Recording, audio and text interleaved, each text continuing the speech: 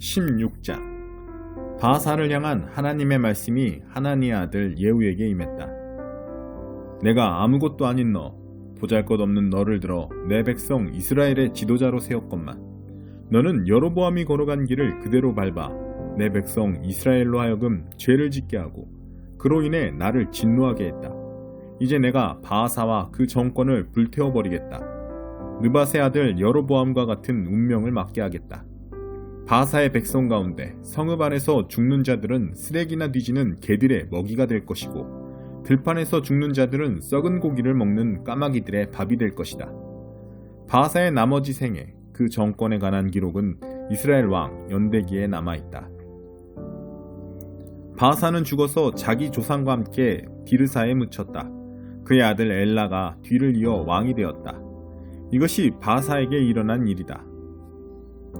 하나니의 아들 예언자 예후를 통해 하나님의 말씀이 그와 그 정권에 임한 것은 그의 삶이 하나님 앞에서 공공연하게 악을 행했고 하나님을 몹시 노하게 했기 때문이다.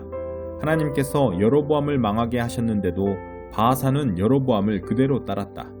유다의 아사왕 26년에 바하사의 아들 엘라가 이스라엘의 왕이 되어 디르사에서 2년 동안 다스렸다.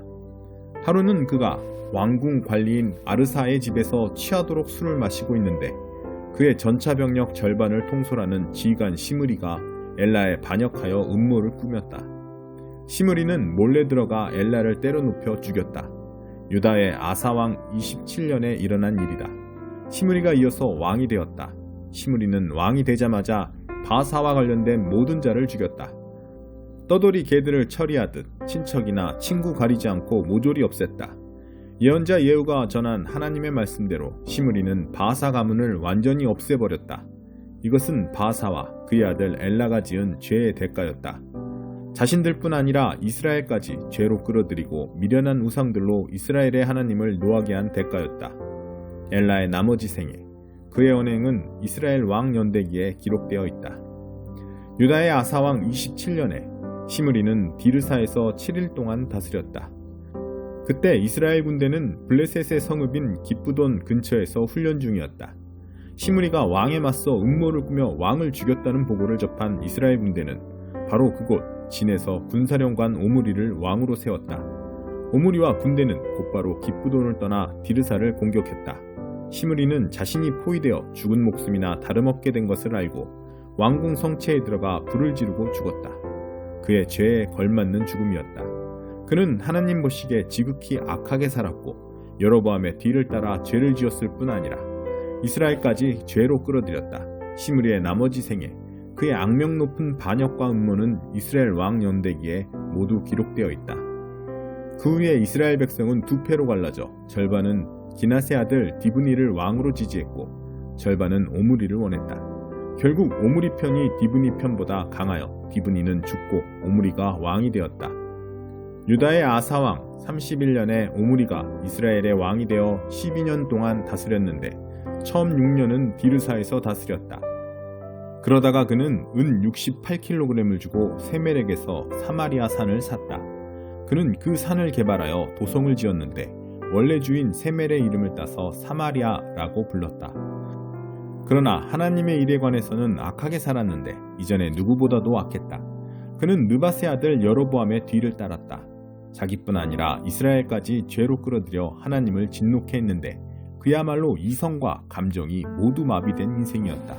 오므리의 나머지 생애와 행적은 이스라엘 왕 연대기에 기록되어 있다. 오므리는 죽어서 사마리아에 묻혔다. 그의 아들 아합이 뒤를 이어 왕이 되었다. 유다의 아사왕 38년에 오므리의 아들 아합이 이스라엘의 왕이 되어 사마리아에서 22년 동안 다스렸다. 오므리의 아들 아합은 이전에 어떤 왕보다도 더 공공연하게 하나님 앞에서 악한 일을 저질렀다.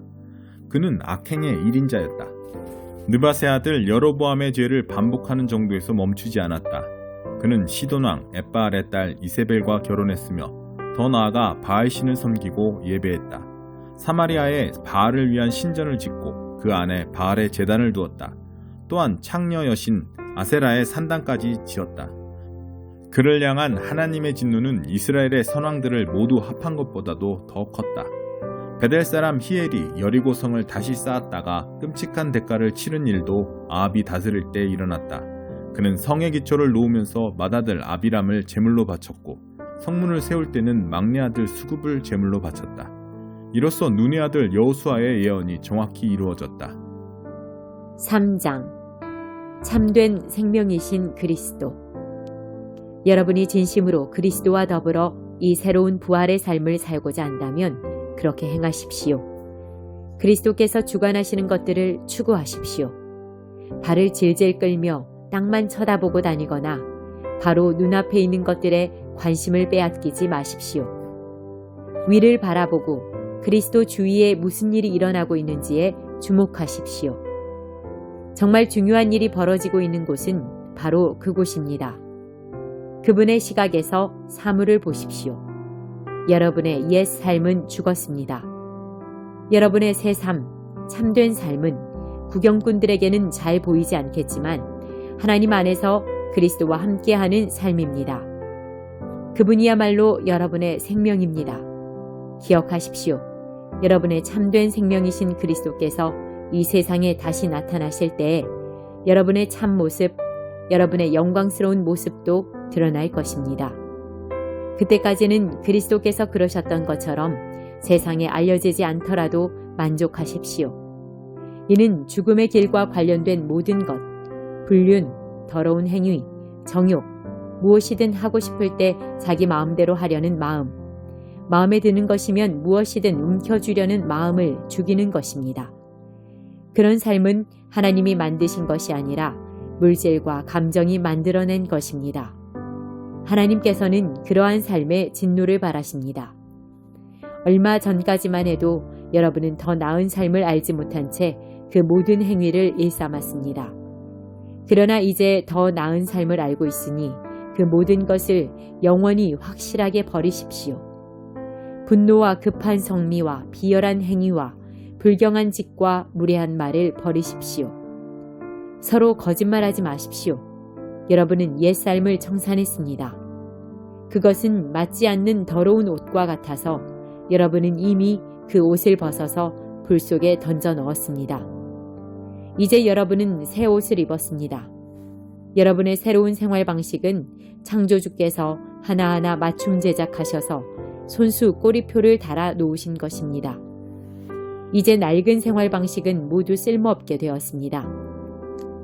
유대인과 이방인, 종교인과 비종교인, 안에 있는 사람과 밖에 있는 사람, 야만인과 천박한 사람, 종과 자유인 같은 단어들은 의미가 없습니다. 이제부터 모든 사람은 그리스도로 말미암아 규정되며 그리스도 안에 들어와 있습니다. 하나님께서 새로운 사랑의 삶을 살라고 여러분을 택하셨으니 하나님께서 여러분을 위해 골라주신 옷, 곧 긍휼과 친절과 겸손과 온화한 힘과 자제심의 옷을 입으십시오. 평온한 마음을 유지하고 높은 자리가 아니어도 만족하며 기분 상하는 일이 있어도 재빨리 용서하십시오. 주님께서 여러분을 용서하신 것 같이 여러분도 신속하고 완전하게 용서하십시오. 그 밖에 다른 무엇을 입든지 사랑을 입으십시오. 사랑이야말로 여러분이 어떤 경우에든 기본적으로 갖춰 입어야 할 옷입니다. 사랑 없이 행하는 일이 절대로 없게 하십시오.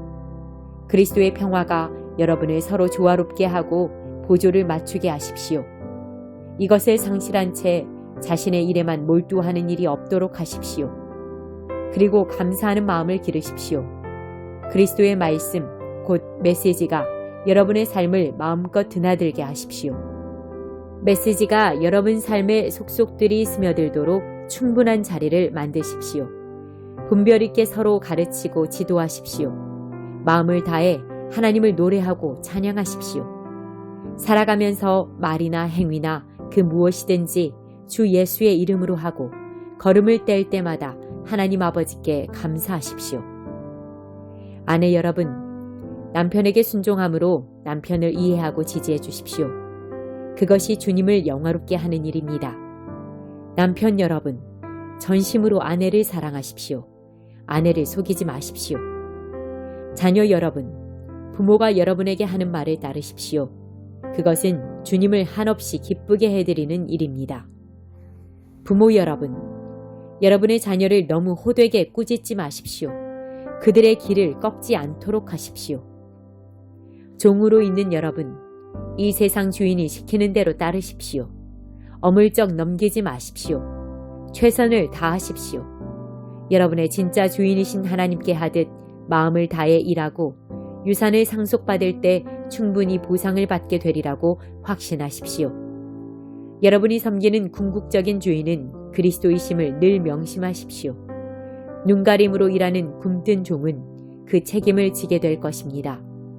예수를 따르는 사람이라고 해서 일을 잘못해도 묵과되는 것은 아닙니다. 46장 주 하나님의 메시지다. 안뜰 동쪽 문은 일하는 엿새 동안 닫아두되 안식일에는 열어야 한다. 그 문은 매달 초하루에도 열어야 한다. 왕은 그 문으로 들어와서 벽기둥 곁에 설 것이며 그가 거기 현관에서 예배하는 동안 제사장들이 그의 번제물과 화목제물을 바쳐야 한다. 그가 떠난 후에도 그 문은 저녁 때까지 닫지 말아야 한다. 안식일과 매달 초하루에는 백성이 그 문 바깥 입구에 모여 하나님을 예배해야 한다. 안식일에 왕이 하나님께 바칠 번제물은 흠없는 어린 양 6마리와 흠없는 순양 1마리다. 순양과 함께 곡식제물 20리터와 기름 4리터를 바치고 각 어린 양에는 소량의 곡식을 곁들여야 한다. 매달 초하루 왕은 숫송아지 1마리와 어린 양 6마리와 순양 1마리를 흠없는 것들로 바쳐야 한다. 순양과 숫송아지를 바칠 때는 각각 곡식 제물 20리터와 기름 4리터를 곁들이고 각 어린 양에는 소량의 곡식 제물을 곁들여야 한다. 들어올 때 왕은 문 입구의 현관을 통해 들어와야 하고 나갈 때도 그 길로 나가야 한다. 그러나 정한 축제일에 이 땅의 백성이 하나님께 예배하러 올 때는 북쪽 문을 통해 들어온 자는 남쪽 문으로 나가고 남쪽 문을 통해 들어온 자는 북쪽 문으로 나가야 한다. 들어온 문으로 되돌아 나가서는 안 되며 반대문을 통해 나가야 한다. 백성들이 들어오고 나갈 때 왕도 그들과 함께 섞여서 들어오고 나가야 한다. 축제일과 정한 축일에 바칠 곡식 제물의 양은 20리터이며 숫송아지와 순양에는 기름 4리터를 각 어린 양에는 소량의 곡식을 곁들여야 한다. 왕이 자원하여 하나님께 번제물이나 화목제물을 가져올 때는 그에게 동쪽 문을 열어주어야 한다. 그는 안식일에 하듯이 자기의 번제물이나 화목제물을 바칠 것이며 그런 다음 떠나야 한다. 그가 밖으로 나간 다음에는 문을 닫아야 한다. 매일 아침 너희는 하나님께 바칠 번제물로 1년 된 흠없는 어린 양 1마리를 가지고 와야 한다. 또 매일 아침 곡식제물로 곡식 약 4리터에 1.25리터의 기름을 부어 가지고 와야 한다. 이와 같이 하나님께 곡식제물을 바치는 것은 반드시 지켜야 할 율례다. 어린 양과 곡식제물과 기름을 번제물로 바치는 일은 날마다 행해야 할 의식이다. 주 하나님의 메시지다. 만일 왕이 자기 아들 중 하나에게 유산을 떼어서 주면 그것은 대대로 그 가문의 소유가 된다. 그러나 왕이 어떤 종에게 자기 유산을 떼어서 선물로 주면 그것은 해방의 해 희년까지만 그 종의 소유가 되고 그 후에는 다시 왕에게 되돌아간다. 왕의 유산은 오직 그의 아들들의 것이며 대대로 그 가문이 소유한다. 왕은 백성 가운데 누구의 유산도 빼앗아서는 안 되며 그들의 땅 소유권을 빼앗아서도 안 된다. 그는 오직 자기 재산을 떼어서 아들들에게 줄 수 있다. 내 백성 누구도 자기 땅에서 내쫓기는 일이 있어서는 안 된다. 그런 다음 그 사람이 나를 데리고 북쪽 문을 통해 제사장들의 거룩한 방으로 가서 서쪽에 있는 뒷방 하나를 보여주었다. 그가 말했다. 여기는 제사장들이 속건제물과 속죄제물을 삶고 곡식제물을 굽는 부엌이다. 바깥들에서 거룩한 그 일들을 하다가는 준비가 안 된 백성을 위험에 빠뜨리게 할 수 있으니 이곳에서 제물을 준비해야 한다. 그가 다시 나를 이끌고 바깥들로 가서 그 뜰에 네 귀퉁이를 보여주었다. 내가 보니 모퉁이마다 뜰이 있었다. 바깥들 네 모퉁이마다 각각 길이 18m, 너비 13.5m 되는 작은 뜰이 있었고 크기는 모두 같았다. 그 뜰의 안쪽 벽에 돌로 만든 선반이 있었고 그 선반 밑으로 요리용 화덕이 놓여 있었다. 그가 일러주었다. 여기는 성전에서 섬기는 자들이 백성의 희생제물을 삼는 부엌이다. 102편. 삶이 산산조각난 사람이 하나님께 어려운 형편을 토로하는 기도. 하나님, 들으소서. 내 기도를 들어주소서. 괴로워 부르짖는 소리에 귀 기울여 주소서. 주님을 간절히 필요로 할 때 나를 못 본 채 하지 마소서. 귀 기울이소서. 이렇게 부르짖으니 도와주소서. 서두르소서. 한시가 급합니다. 야윌대로 야인 이 몸, 온몸이 불덩이 같습니다. 건강할 때의 모습은 찾아볼 수 없고 불치병으로 겁한 죽은 목숨이 되었습니다. 이를 악물어 턱이 아프고 뼈와 가죽만 남았습니다. 나는 사망의 말똥가리처럼 폐허의 까마귀처럼 되었습니다. 도랑에 빠진 참새처럼 잠 못 이루고 처량하게 주절거립니다. 온종일 내 원수들이 나를 비웃고 주변 사람들은 저주를 쏟아냅니다. 저들이 가져오는 음식은 재를 섞은 볶음밥. 내가 마시는 물은 내 눈물샘에서 길어올린 것입니다. 이 모든 것이 주님의 진노 때문이며 주께서 나를 쓸어담아 내던지신 까닭입니다. 나에게는 아무것도 남아있지 않습니다. 나는 길바닥에서 쓸려 없어질 마른 잡초일 뿐. 그러나 하나님, 주께서는 여전히 통치하시고 언제나 영원토록 다스리십니다.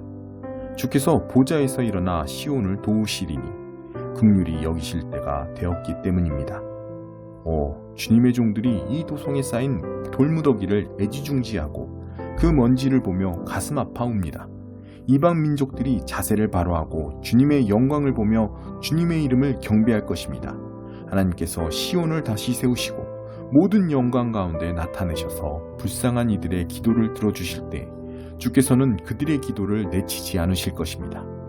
다음 세대를 위해 이 일을 기록하며 아직 태어나지 않은 백성이 하나님을 찬양하게 하여라. 하나님께서 드높은 성소에서 굽어보시고 하늘에서 땅을 살펴보셨다. 사형수들의 신음소리를 들으시고 감방문을 열어주셨다. 이 이야기가 시온에 전해질 수 있게 기록하여 하나님을 찬양하는 소리가 예루살렘 거리에 울려 퍼지게 하여라. 백성과 통치자들이 그분을 섬기러 모이는 곳이면 어디서나 울려 퍼지게 하여라.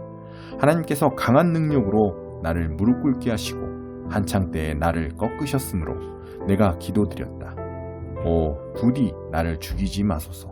주님의 횟수는 대대로 무궁합니다. 주께서는 오래전에 땅의 기초를 놓으시고 친히 하늘을 지으셨습니다. 그것들이 다 사라지고 한 벌의 낡은 옷처럼 달아 없어진다고 해도 주님은 변함없이 계실 것입니다. 그것들은 헤어진 외투처럼 버려지겠지만 주님은 세월이 흘러도 늘 새로우십니다. 주님의 종들의 자녀는 살기 좋은 것을 얻고 그들의 자손도 주님과 함께 편안히 살게 될 것입니다.